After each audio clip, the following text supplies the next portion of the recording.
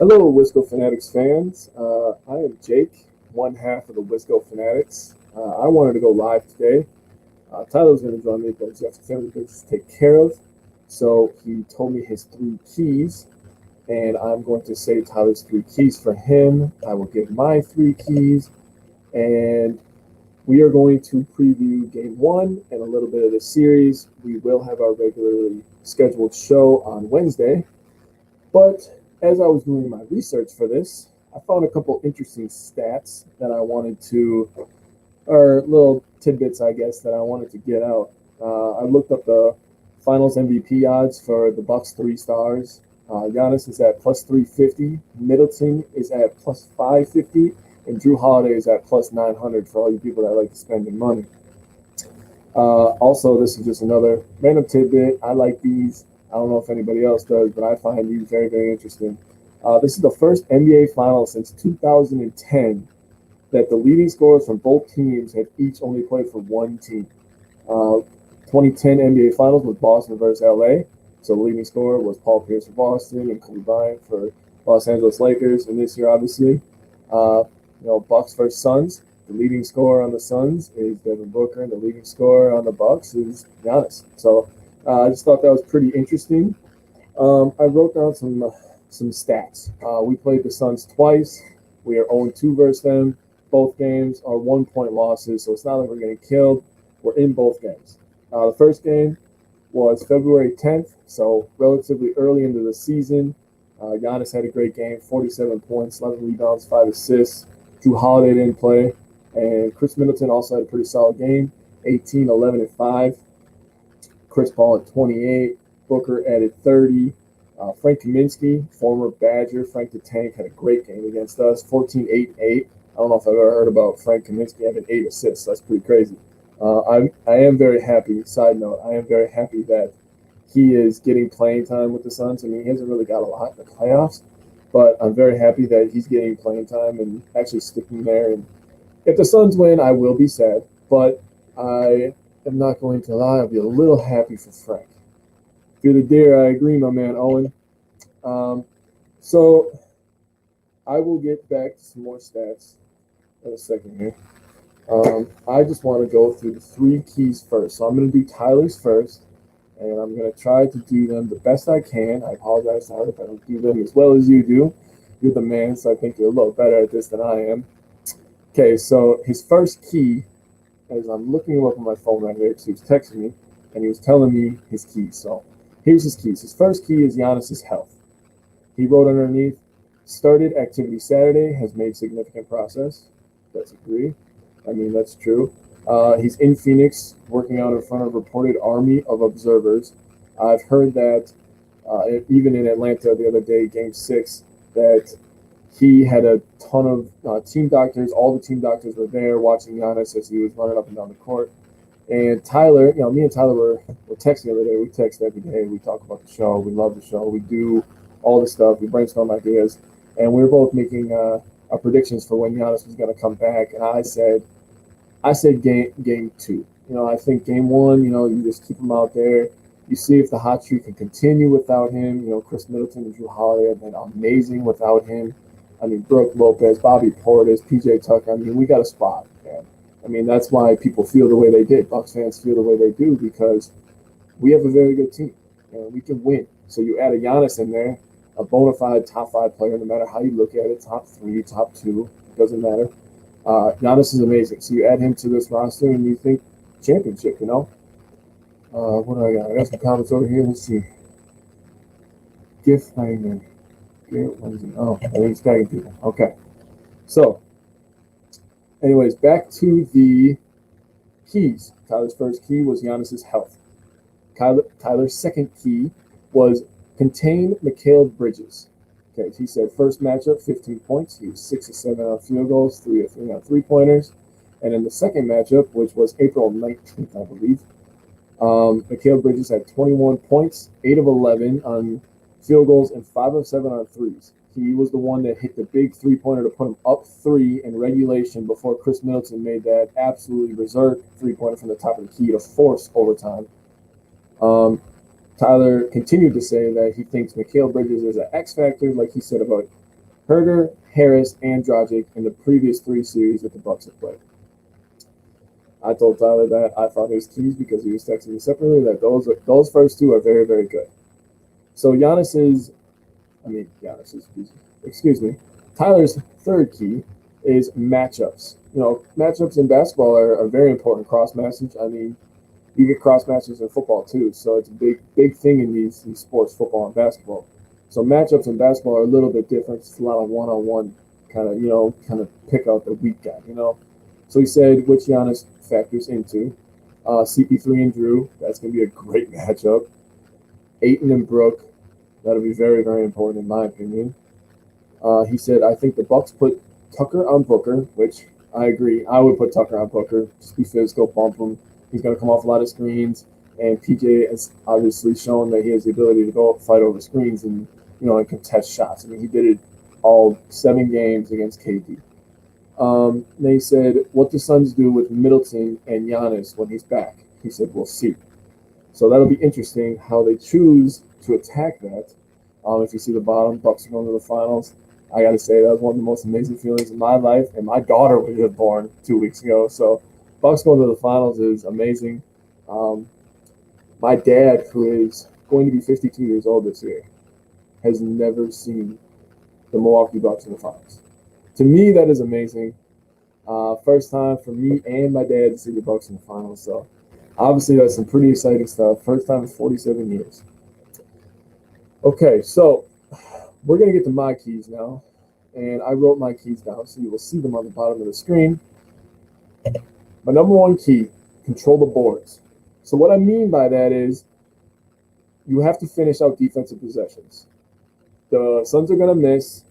Long shots equal long rebounds. And in today's NBA, there's a lot of 3-point shots. So you have to box out. You have to chase down those loose balls. Bobby Portis did it in the first quarter against the Hawks in Game 6. And I texted Tyler. I was like, that is what we need when I say control the boards. So I'm always about controlling the boards. Neither of us, I just want to take a little side note, neither of us put turnovers as a key because that's so obvious. Don't turn the ball over. It's pretty obvious, right? So number 1, control the boards. Finish defensive possessions. Get the ball. Get your hands on the ball. Be physical. The Bucks are so much better when they're the aggressor, when they're physical. You could tell in the Atlanta series when they kind of laxed off a couple of those games. They got smacked around in Game 4 because they didn't take it very seriously. That's the game that Giannis got hurt, if you did not know that. And they were trying to make a comeback. They had it down to 8. Giannis tries to contest a alley-oop, and his knee goes the way that it's not supposed to. But anyways, the Bucks just need to be aggressive, be a tougher team. So my key number 2, and I was really, really excited for Tyler to see this because I am in a love-hate relationship with this guy. So I'm just going to put my key up there, and then I'm going to talk about it. My number 2 key is Chris continues to cook. So I have a love-hate relationship with Chris Middleton because I just can't stand his 6 for 23 games. I can't. He gets paid too much money. He's too important to our team. And I want to win, okay? So if he goes 6 for 23, we're going to get smacked around. The Phoenix Suns are no joke. We're in the NBA Finals. He can't have a 6 for 23, 0 for 9 from three-pointer. We can't have that. So we need the guy that can score 20 points in a quarter, which he's done 3 times now in the playoffs in his career, 2 times this year, one against the Nets. Obviously, we all remember that one. And then he just did it the other night against the Hawks. Chris Middleton has to be an aggressor. He has to spread the floor for Giannis because Giannis, he's going to go to the rim. He's going to get what he gets. He's going to dunk on people. He's going to finger roll on people. He's going to put them in the spin cycle. He's going to Euro step. Giannis does what he does. Chris Middleton has to do what he does. Hit his middies. He has to hit it. He has to go and get to the free throw lines because he's such a great weapon from the free throw line. And he has to hit his threes. If he wants to have a couple 20-point quarters, I'm not going to say no. That's all I'm going to say. So my number 3 key, in my opinion, this one, I didn't put him in order of, importance in my mind. But if I would have put control boards number 1, and I'll put this one second and Chris third. So this one, my number 3 key, is Drew Holiday staying aggressive. So we all expect Giannis to come back. He was talking about coming back Game 6. There was rumors that he was going to come back game 7 if it was a game 7. He's going to try to come back tomorrow night. So Jrue Holiday has to find a way to get his shot and stay aggressive when Giannis comes back. I'm not going to say if, because Giannis is coming back. Giannis is playing in the NBA Finals, okay? This man has wanted this his entire life, worked his entire life for this moment, and no moment is too big for Giannis. He's grown up a lot as a leader this year. So with that being said, Jrue just had a quote the other day talking about how Chris is the heart and Giannis is the soul of this team. Well, what does that make you, Jrue? You can't just be a role player because you're too damn good. Jrue Holiday in Game 6, in my opinion, if I was grading the players on that game, Jrue Holiday would have had the highest grade of any player on the Bucks for Game 6. His defense was absolutely amazing. He was flying around, tipping the balls. I mean, Reggie Miller, who was commentating in the game with Marv Albert, made a comment during the game saying, is Jrue Holiday going to guard every Atlanta Hawk? Because that's what it seemed like at one point. Is Jrue Holiday was flying around, getting rebounds, dishing out assists, scoring. And even when Chris was going crazy, 23 in the third, 23 of his 32 points came in the third quarter, Jrue Holiday still found a way to get buckets. He had the toughest and most important bucket, in my opinion, in that game. The Hawks are storming back. They're on the big 17 or 18 to 5 or 4 run. I don't remember the exact stats. And this is what superstars do, okay? They take the ball to the hole on the road in the playoffs, and they find a way to get it done.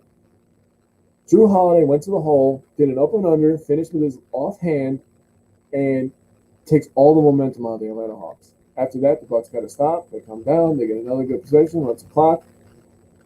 That was a superstar play. I'm not saying that Jrue Holiday is a superstar. On defense, he absolutely is. On offense, he's too inconsistent, doesn't enforce himself enough, in my opinion. And that's what we're going to need from him. Because Chris Paul, obviously we know how good Chris Paul is. Everybody calls him the point guard. That right there, just by his nickname, should tell you what he is. So Chris Paul really is going to control a lot of stuff for the Phoenix Suns. He's going to get his mid-rangers. They're going to do a lot of high pick and roll, so Brooks going to have to be connected. That's going to be very important again this series. But Jrue Holiday has to force Chris Paul to guard him. Chris Paul is smaller than Jrue Holiday. Take his little butt down low and treat him how you're supposed to treat him. You know what I'm saying? Take him out back and whoop him. You got to enforce himself, man. His little step back 3-pointer, mid-ranger, go down low, finish with either hand. And on defense, man, just hound him. And Brook Lopez, too. Brook Lopez, I was very close to putting him in here, but Brook has to enforce himself, too. He's too good down low. And I understand why he doesn't go down low a lot. Because, Giannis is Giannis. He's so good. He does not have the ability like Brook to stretch the floor. But I think the Bucks should do a thing where they have Giannis go down low, they have Brook go down low. They kind of just switch off, in the flow of the game. It doesn't have to be called plays or anything all the time. But Brook is too good down low. He's got great touch down there. And they don't want to foul him because he's an 85% free throw shooter. So if you foul him, you send him to the line, it's 2 points guaranteed. With Giannis, they foul him because he's not a great free throw shooter. And if you don't, he's going to dunk on you. So you get both ends of the spectrum there. So I'm going to come back to the stats. It was April 19th, by the way. Remember? So I just took the averages of the Bucks and Suns. So Giannis and Middleton played 2 games against the Suns. Jrue Holiday only played 1 game. He had a good game. He had 25, 4, and 8. The averages for Giannis and Middleton, Giannis averaged 40 points, 9.5 rebounds, 3.5 assists. And Middleton averaged 22 points, 9 rebounds, and 5 assists. If we can get that output from our big 3 over a 7-game series, damn near say the Bucks are going to win. But on the other end of the spectrum, you heard Mikal Bridges stats from Tyler Steves. I wrote down CP3, Book, and Ayton stats because those 3, that's the big 3. Chris Paul averaged 25, 5 rebounds, 10 assists against the Bucks. Booker averaged 27 points, 6.5 rebounds, and 5 assists. Pretty good for a guy who's known as a scorer. 5 assists, 6.5 rebounds. And Ayton averaged 18.5 and 10 rebounds. A little stat about Ayton that kind of worries me a little bit is he is holding opponents to 37.5% on field goal percentages this postseason. So he's playing great defense, and he's really, really controlling the paint, which is something that, the Bucks usually do. So the paint protection and scoring is going to be key. Role players that step up. I mean, we got Pat, we got PJ, we got who am I saying? We got Bobby, we got Brooke with his tip outs. I mean, that just goes back to my first point. I mean, paint rebounding, that's going to be really, really big. And I think it's more important for the Bucks. I think the Bucks play more inside out. So we're gonna see. We will do an entire series recap and prediction on Wednesday. Our normal Wednesday show is Wednesday at 4:30. So come join us for that. Tyler and I will be on there. Just wanted to pop in, give our keys to the game, and Bucks going to the NBA Finals. First time in 47 years. So that is absolutely insane. There it is again. Just want to say, man, Tyler and I have been Bucks fans for a long time. I remember going to Bucks games when they won 15 games. And I have told people this my entire life since it happened. The Bucks had the worst record in the league, and the Sixers were trying to lose games on purpose, and the Bucks were still worse. That's how bad the Bucks were. I remember going to those games because the tickets were super cheap. But this is the definition of a true fan, man. You stick through those times. You get lucky with a Giannis, a 6'9", 196-pound, soaking wet kid from Greece who turns into a 6'11", 250-pound muscular monster. Yeah, I mean, we got lucky with that. We just put a team around him. So NBA Finals. Let's see what we can do tomorrow night, boys. Bucks in 6.